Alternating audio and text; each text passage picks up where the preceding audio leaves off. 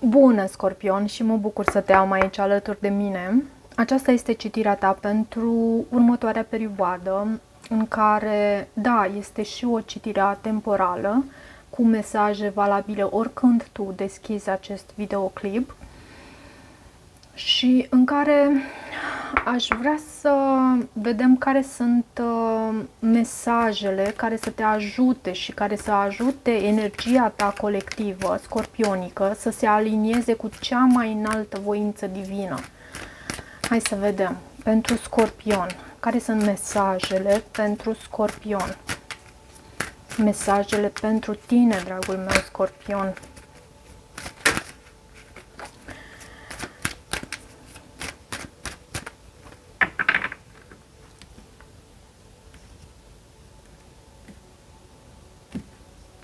Ok, la baza pachetului văd această cercetare a ta și mesajul acestui card ne transmite faptul că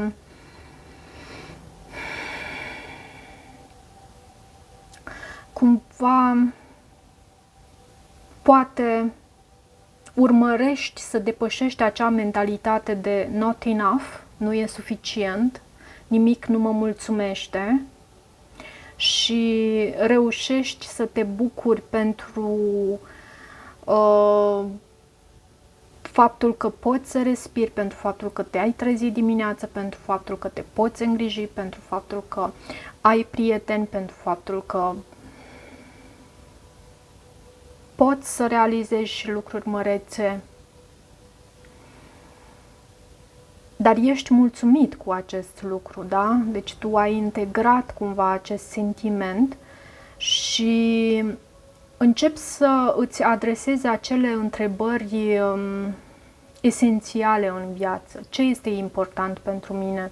Să fiu doar un simplu personaj care primește și primește și niciodată nu mi-ajunge și tot primește și tot vrea și tot mai vrea și mai mult și mai mult? Sau sunt un contribuitor și eu în această societate, atât cât pot, nu? Napoleon Hill parcă spunea că e bine să oferim cam 5% din ceea ce câștigăm. Dacă vreau să ofer mai mult, nu trebuie decât să muncesc mai mult sau să produc mai mult.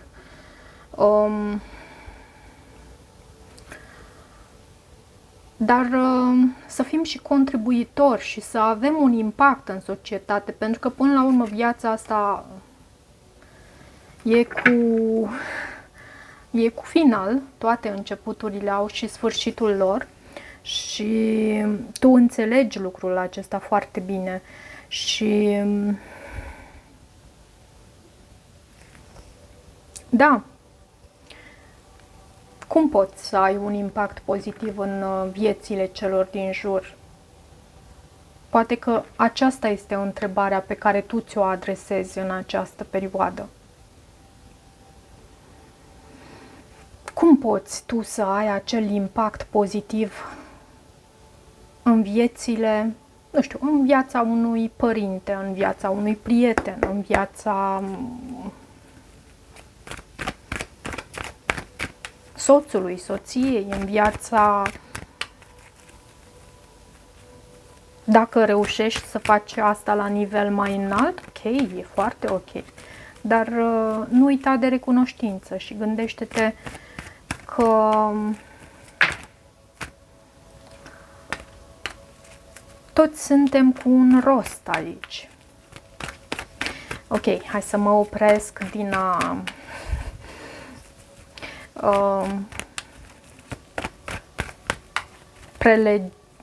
din a ține prelegeri, cumva.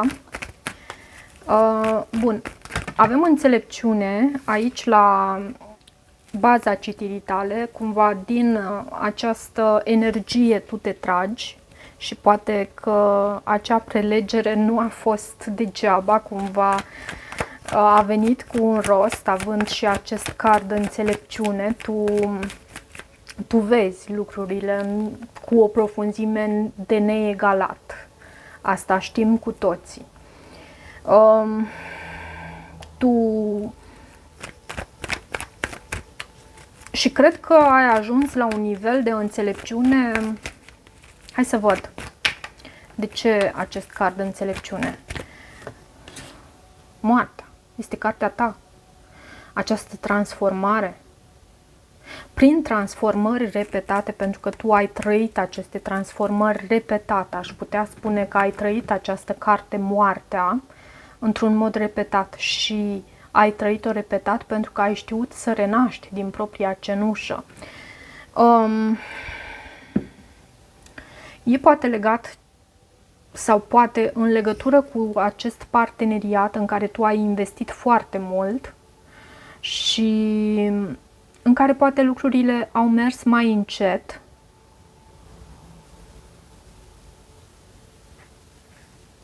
Poate fi o afacere, văd aici, sau siguranța ta materială, o reușită. Poate ai avut parte de o reușită în ultima perioadă în acest sens, cu acest rege de monede. Totuși, în starea ta emoțională, văd această grief, dezamăgire, tristețe, supărare, plângi pentru ceva anume, ceva te întristează pe tine. Asta avem în cel de-al doilea centru energetic, locul în care ni se arată sentimentele tale adevărate. Să văd ce plângi tu aici. Îmi venea să spun că ai plânge starea națiunii și nu vreau să intru acolo, dar da. Ce te întristează pe tine aici? Blocajele pe care le-ai întâlnit de-a lungul vieții și efortul pe care trebuie să îl depui. În același timp, tu cred că ai dobândit și o oarecare iluminare și spun oarecare, poate fi iluminare de-a dreptul. Pot să am de-a face acum cu o persoană cu energie scorpionică care într-adevăr vede lucrurile dintr-o altă perspectivă și înțelege lucrurile diferit. Nu știu exact ce înțelegi tu aici. Hai să văd ce ai înțeles tu. Pajul de cupe. Pajul de cupe este energie de apă, poate ai și de a face cu un pești. Pajul de cupe vorbește despre creativitate, despre curiozitate. E o oportunitate de a-ți folosi creativitatea. Pajul de cupe în tarotul Light Seer este denumit personajul acela care visează la cai verzi pe perechi, mă rog, sau atunci când visezi la lucruri aproape imposibile și visând într-un mod repetat, tu aduci în planul material acele lucruri, de fapt. Așa cum e posibil în lumea asta, bineînțeles.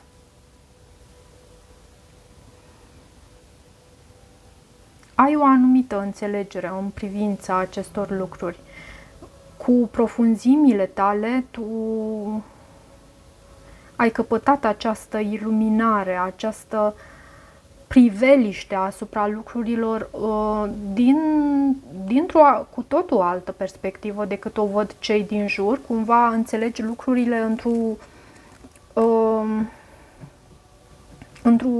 într-un cu totul alt mod și în același timp foarte profund. Sunt sigură de acest lucru.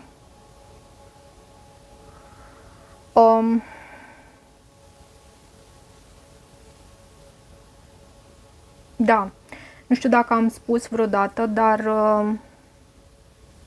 Eu obișnuiam să fiu foarte temătoare în ceea ce privește energia scorpionică, pentru că scorpionii sunt și foarte diferiți unul de celălalt și da, uneori pot să fie răzbunători, dar felul în care scorpionul vede lucrurile e de mare ajutor nouă tuturor, deși voi nu divulgați lucrurile atât de ușor și nu oricui. Și chiar sunt înconjurată de scorpioni și îi găsesc factori ai transformării, îi găsesc așa ca fiind factori ai transformării, personaje care știu să pună punctul pe ei și care chiar te ajută să ne ajută să ne transformăm și noi ceilalți. Misticism văd în procesele tale mentale. De ce misticism? 5 de bâte. E un soi de conflict interior aici. Poate îți dorești să susții pe cineva, poate îți dorești să oferi un anume cadou sau poate e vorba despre a primi, pentru că e în procesele tale mentale și nu știu exact ce vrea să spună. De ce 5 de bâte? De ce acest conflict mental? De ce acest conflict mental pentru tine? Asul de bâte. E ca și cum ar exista mai multe persoane care vor aceeași bâtă. Și tu, posesiv fiind, pentru că ești un semn zodiacal foarte cel mai posesiv, nu vrei să renunți.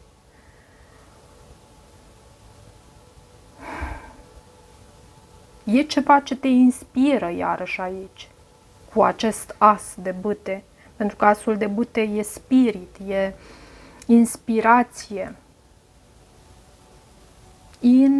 Inspirație. Spirit. Ok, în inima ta, calea prin inimă ni se arată aici, despondence.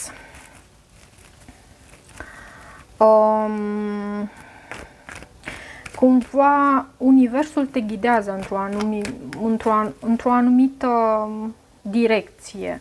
Nu prea ești tu foarte deschis la această direcție, dar tocmai pentru că universul știe, mă uit la cele două personaje și de aceea spun aceste lucruri. Văd această persoană și îmi închipui că ești tu, foarte refractar la nou și tu ești un semn fix, de multe ori destul de greu de convins să schimbi lucruri. Dar urmează calea aceasta, pentru că ia să vedem unde te va duce această cale. La tine. Chiar la tine. Cu această regină de cupe în inima ta vei ajunge să te apreciezi pe tine, să te apreciezi cu adevărat pe tine pentru ceea ce ești și pentru ceea ce ai tu de oferit.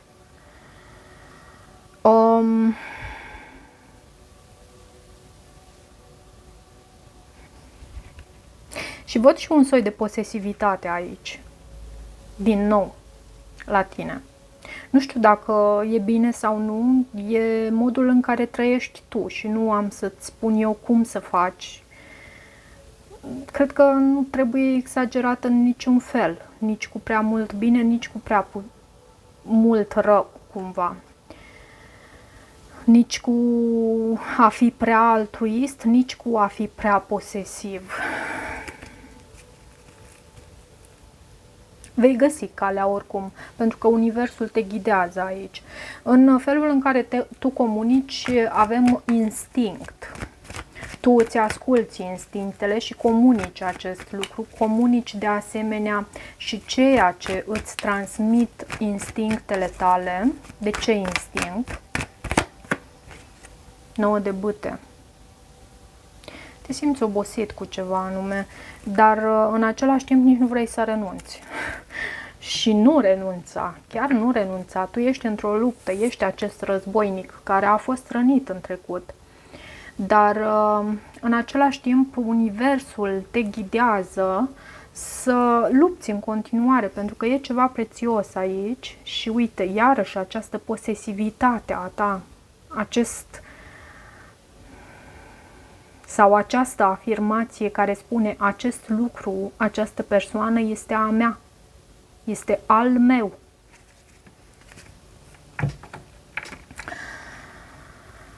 Și știm că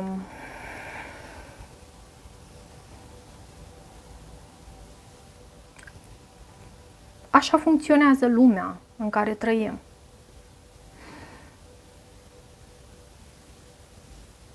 Destin văd în compasul tău interior, în cel de-al 6-lea simț al tău. De ce destin? Mesajul acestui card spune că noi împreună suntem mai puternici, deci tu îți comunici sau comunici celor din jur ceea ce instinctele tale îți transmit, poate chiar într-un mod războinic, dar intențiile tale, compasul tău interior, intuiția ta face lucrurile astea și comunică în felul ăsta pentru că, de fapt, noi împreună suntem mai puternici și tu înțelegi lucrul ăsta. Nu toată lumea o înțelege și nu tot timpul. De ce destin, scuze. De ce destin pentru tine în acest al 6-lea centru energetic? Pentru că ai iubire pentru ceea ce faci și poate să vină chiar o reușită înspre tine.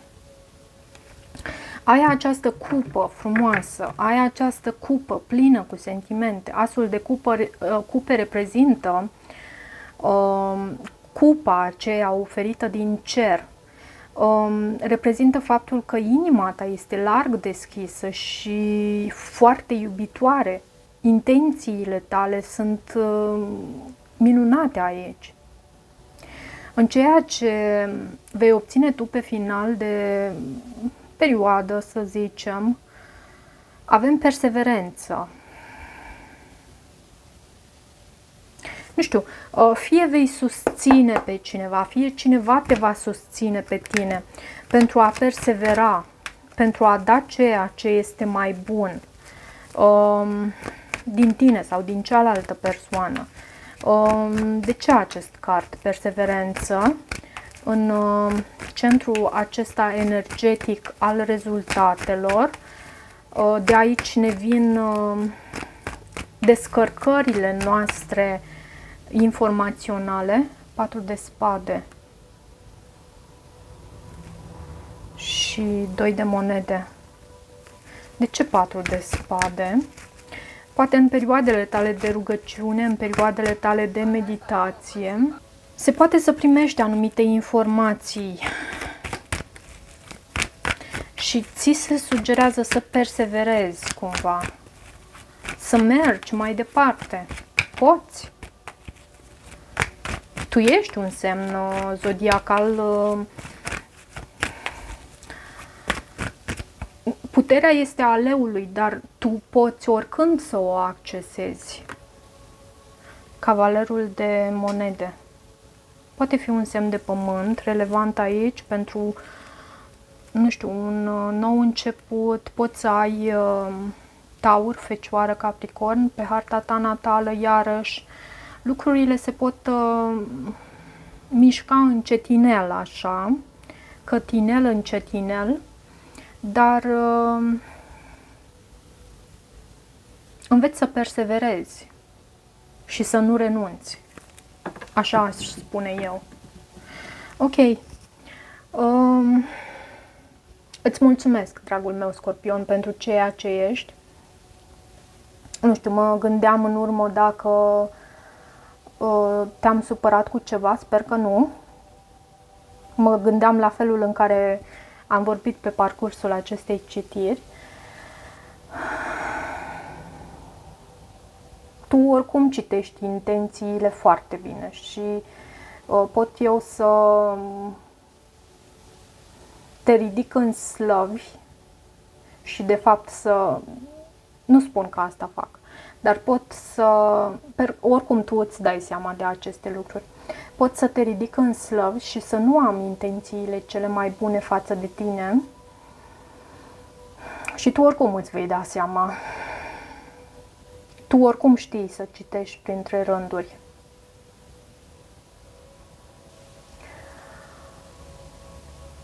Succes pe mai departe și să aduci acea energie transformativă de care tu ești capabil, pentru ca noi toți să ne transformăm în varianta noastră cea mai bună, cea mai aliniată cu voința divină. Te mai aștept aici. Dacă rezonezi cu acest mesaj, nu uita să te abonezi canalului. Te îmbrățișez așa cu recunoștință și cu iubire și ne vedem curând. Te pup! Pa, pa!